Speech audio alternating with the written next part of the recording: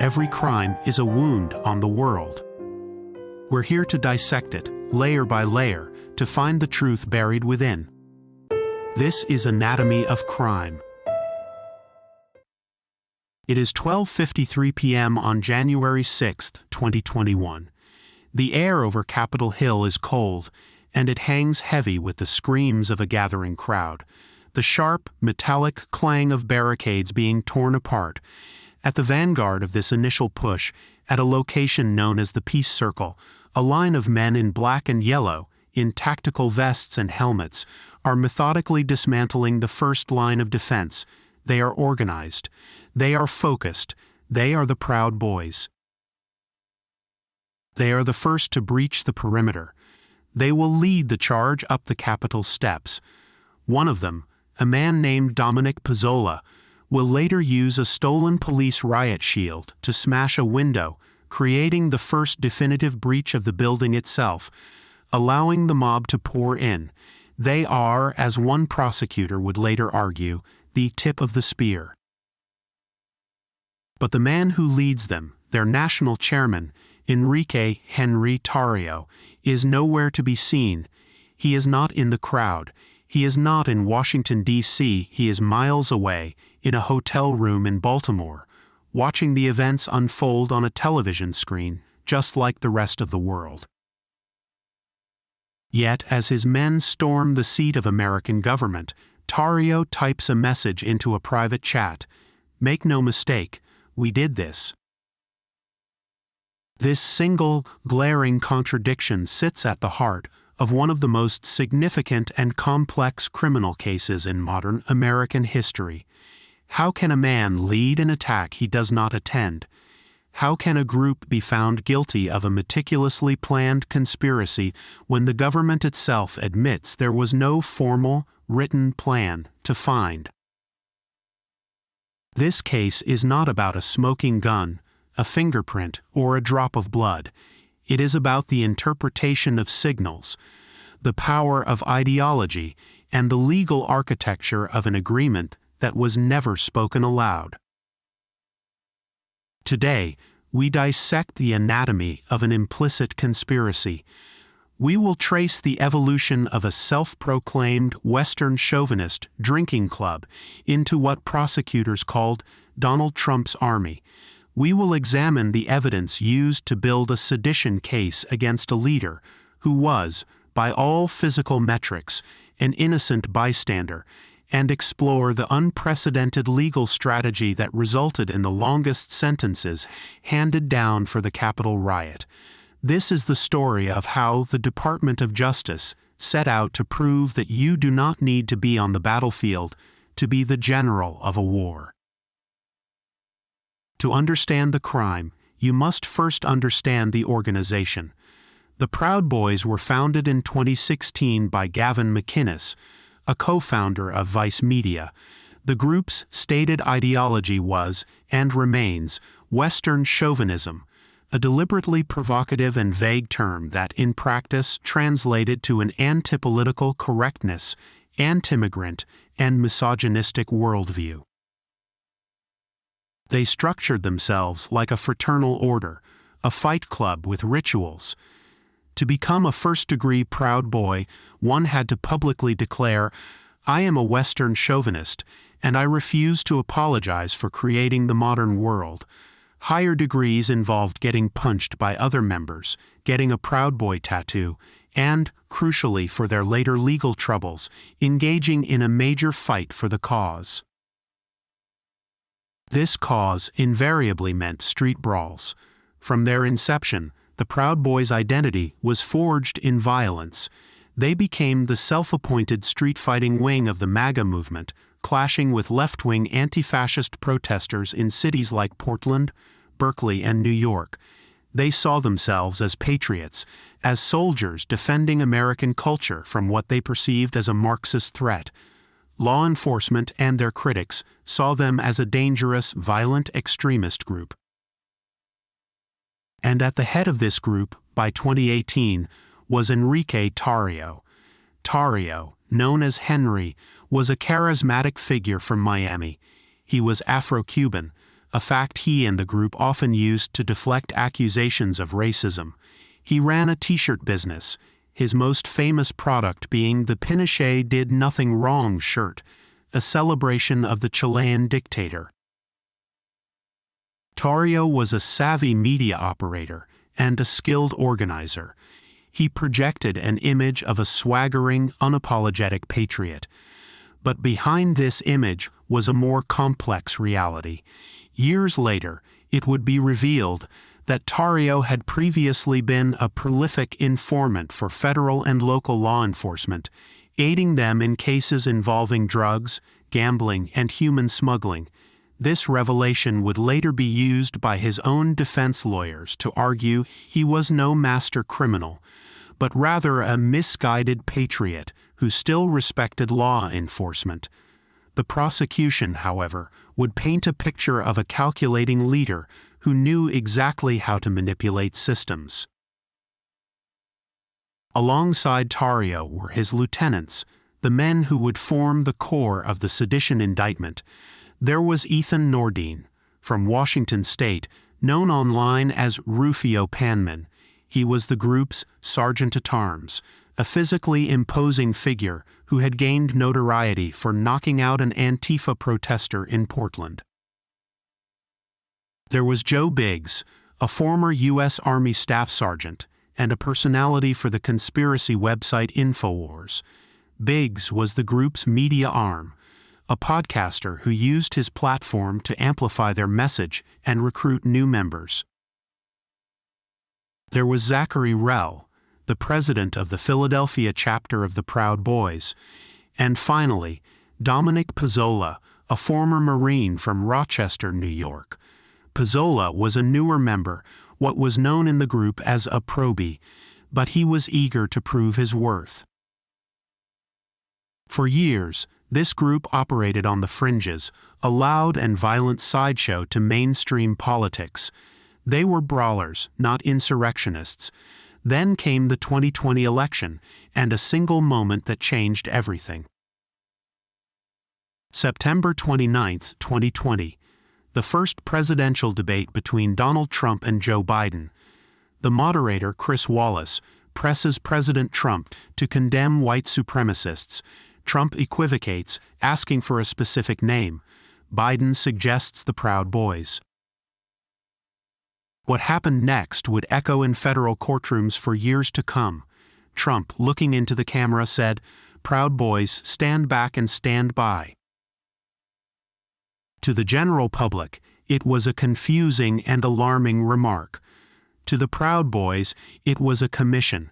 It was a direct order from the sitting President of the United States. In their private chats, the group exploded. Their membership inquiries skyrocketed. Tarrio himself posted a message saying he was standing by. They incorporated the phrase into their logos, their merchandise, their battle cries. They were no longer just a drinking club. They were, in their own minds, the president's personal army, his palace guards, waiting for the call. That call, as they interpreted it, came as the 2020 election results solidified in favor of Joe Biden. Trump's claims of a stolen election became their gospel, their casus belli. The standby order now had a clear objective: stop the steal. The group's activities escalated. They organized and attended Stop the Steal rallies in Washington, D.C. in November and December of 2020. These were not peaceful protests. The December 12th rally, in particular, descended into a night of running street battles. Proud Boys, including Tarrio, roamed the city, fighting with counter-protesters. Tarrio was filmed setting fire to a Black Lives Matter banner stolen from a historic black church. This act of arson was more than just vandalism. It was a key pivot in the timeline. It demonstrated a new level of brazenness, and, crucially, it set in motion the event that would take Tarrio off the board for January 6th. As December wore on, Trump's rhetoric grew more desperate.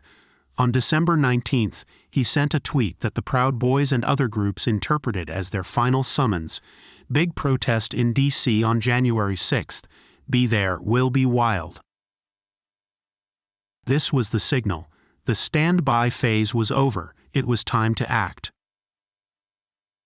In the closing days of December 2020, Enrique Tarrio and other senior Proud Boys leaders created a new, private encrypted chat group. They called it the Ministry of Self-Defense, or MOSD. This chat, comprising the group's most trusted regional leaders, would become the single most important piece of evidence in the sedition trial. It was the Digital Command Center. The tone in the MOSD chat was not that of protesters. It was that of soldiers preparing for battle. They discussed logistics, equipment, and, most importantly, their objective. They spoke of war. They referred to themselves as a paramilitary force. They spoke of their plans for January 6th as a revolution. One member, Joe Biggs, wrote, "We are going to be in a literal war." Another wrote, "Time to stack bodies." Tarrio himself, as the group's chairman, was an active participant, guiding the conversation, appointing leaders, and setting the tone. They explicitly planned to not be their usual, visible selves. They decided to dress incognito, blending in with the crowd instead of wearing their traditional black and yellow polo shirts. This, prosecutors would argue, was not a decision made by protesters.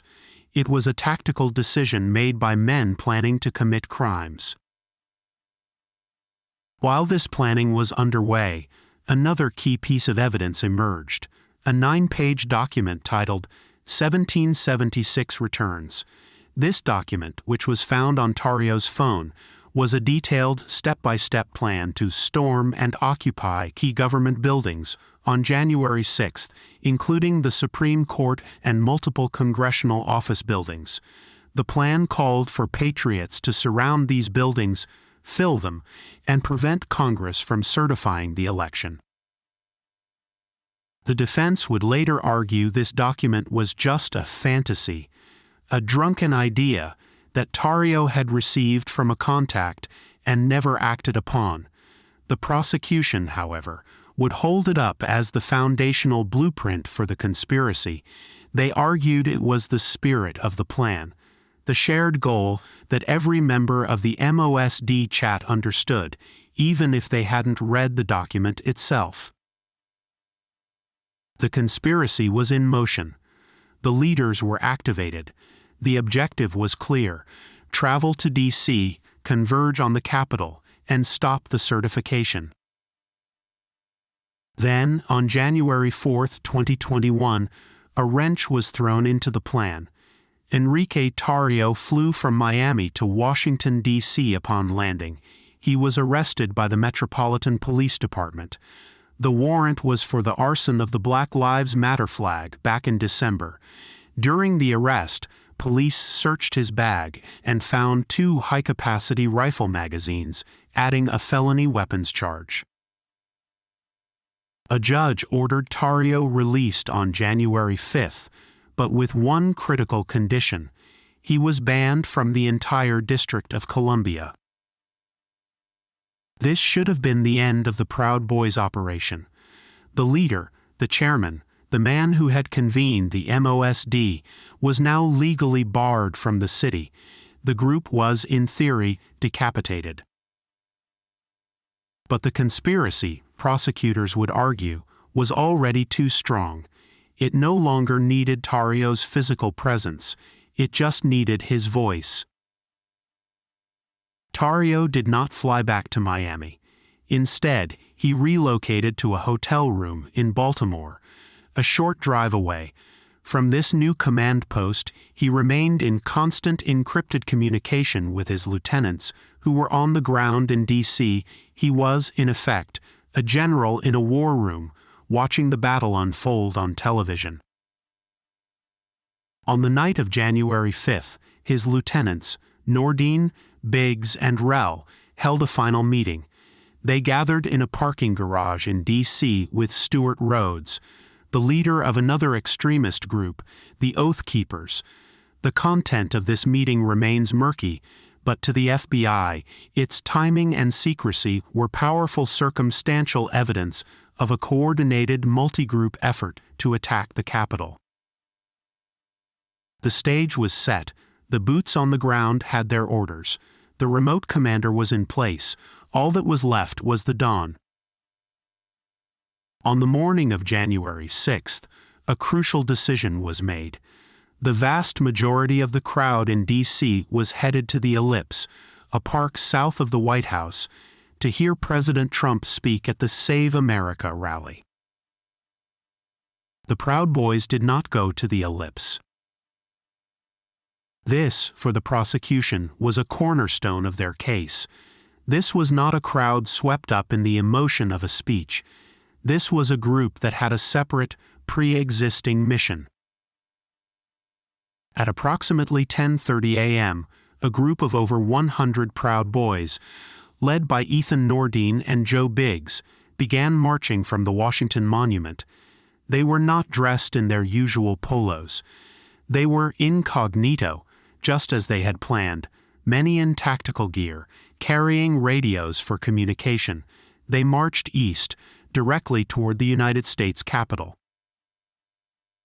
They were the first organized group to arrive.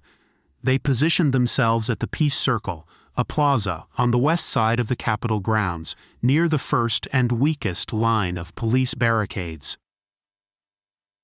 For nearly 2 hours they waited. They communicated. They massed, their numbers growing. Back in his Baltimore hotel, Tarrio was in contact. At 12:11 p.m. he posted a message to his public followers. The fake news media will be calling us evil, but we are not. We are patriots. At 12:53 p.m., the dam broke. The Proud Boys at the Peace Circle, led by Joe Biggs, surged forward. They overwhelmed the few officers present, tore apart the metal barricades, and streamed onto the restricted grounds of the Capitol. This was the first breach of the day. They had in effect opened the gates. As they led the charge up the Western Plaza, they were joined by thousands from the crowd, many of whom were now streaming over from the president's speech, which had just concluded.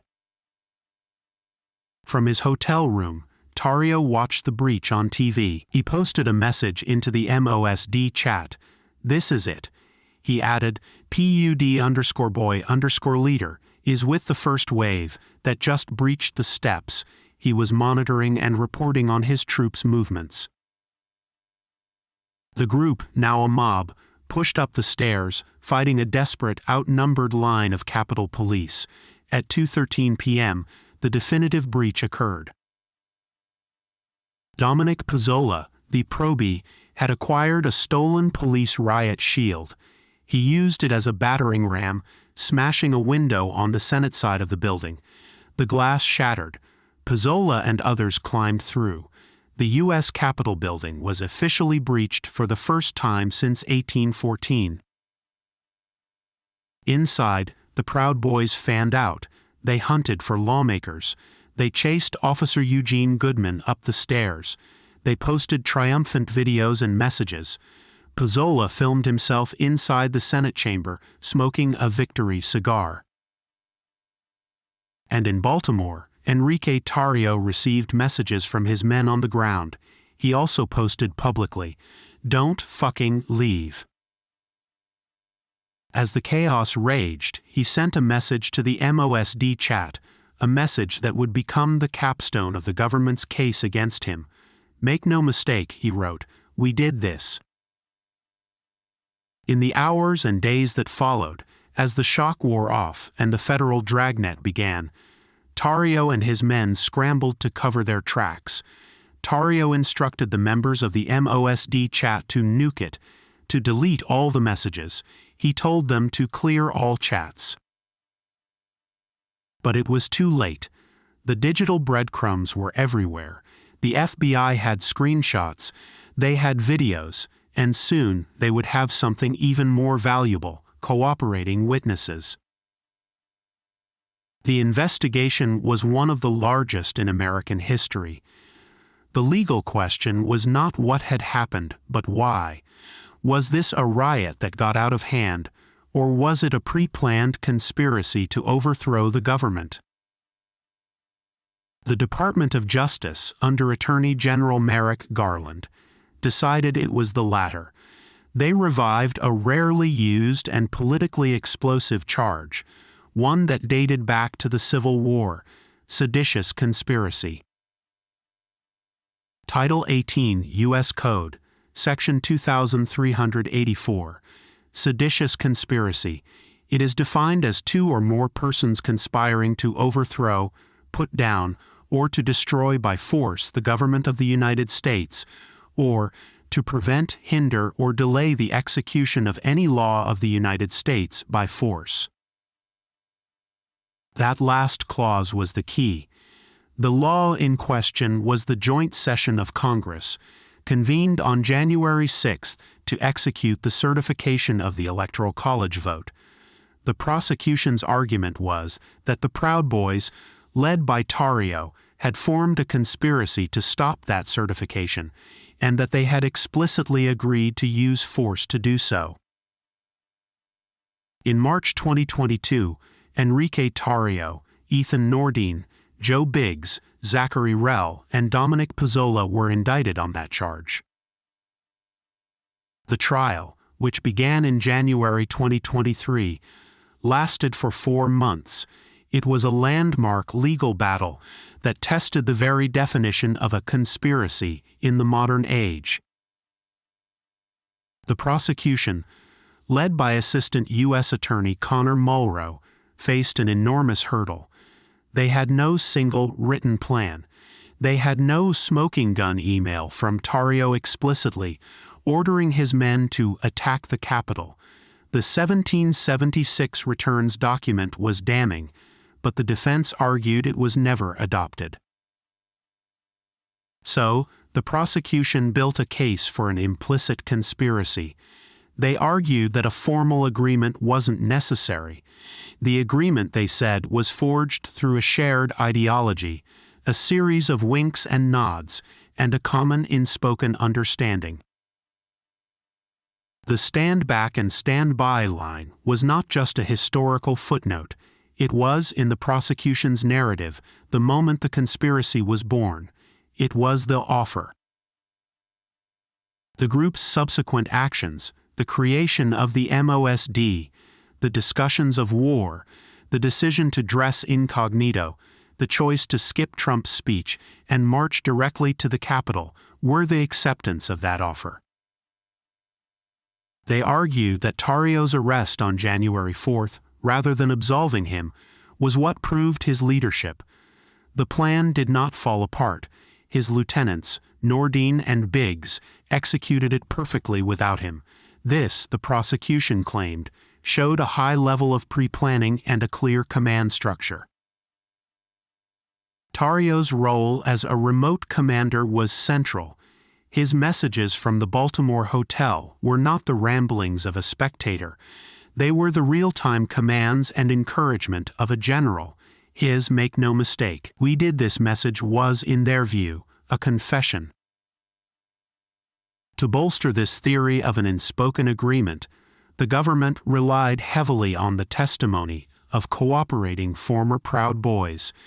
Jeremy Bertino, a high-ranking member, pleaded guilty and testified against his former brothers. He told the jury that the group's entire purpose had shifted after the 2020 election. It was no longer about brawling. It was about revolution. He testified that everyone in the leadership circle understood that the goal on January 6th was to stop the certification, and that violence was an assumed and necessary part of that plan. The defense, for its part, mounted a multi-pronged attack.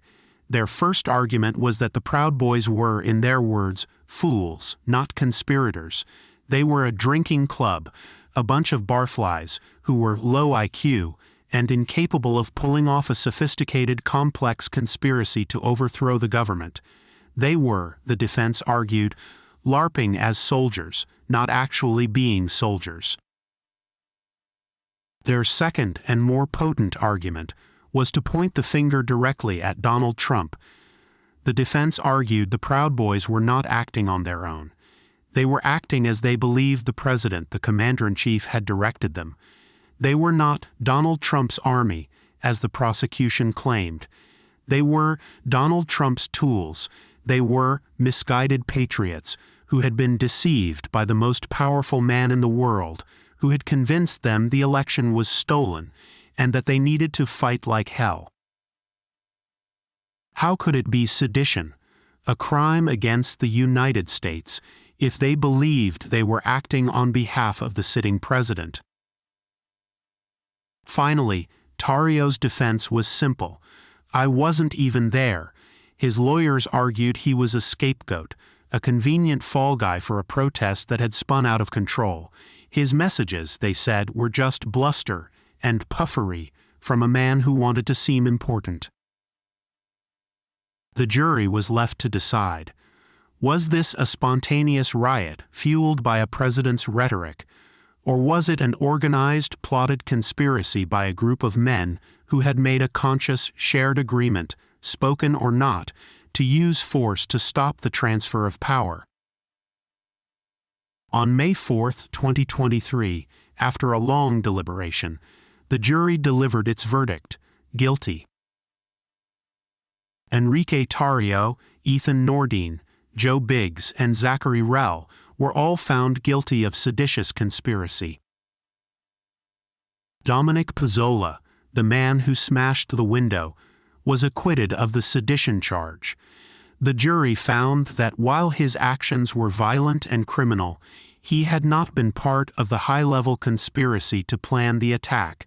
He was, however, found guilty of other major felonies, including assaulting an officer and obstructing an official proceeding. The sentencing phase, months later, cemented the case's historical significance. The judge, Timothy Kelly, applied a terrorism enhancement to the sentences, finding that the men had committed their crimes with the intent to influence or retaliate against government conduct through violence. Joe Biggs was sentenced to 17 years in prison, Zachary Rell 15 years, Ethan Nordine 18 years. And Enrique Tarrio, the leader who wasn't there, the man who watched it all on television from a Baltimore hotel, received the longest sentence of any January 6 defendant to date: 22 years in federal prison. The anatomy of this case is not found in a morgue or a DNA lab. It is found in the digital ether of encrypted chat rooms, in the subtext of a presidential debate, and in the granular timeline of a single chaotic day. The prosecution of the Proud Boys was a landmark in American law. It provided a powerful and terrifying blueprint for how a modern extremist group can operate. It demonstrated that a conspiracy no longer requires a secret meeting in a smoke-filled room or a single written manifesto. In the 21st century, a conspiracy can be built over months in plain sight through a shared ideology of us versus them. It can be activated by a single signal, a phrase like "stand back and stand by," and it can be directed by a leader miles away, armed not with a weapon, but with a smartphone and a secure messaging app. The trial of Enrique Tarrio and his lieutenants ultimately provides a chilling modern anatomy of sedition. A conspiracy doesn't need a map when everyone shares the same destination, and an army doesn't need a general on the field when the call to arms has already been broadcast to the world. This has been Anatomy of Crime, where the truth is never simple, but always worth seeking.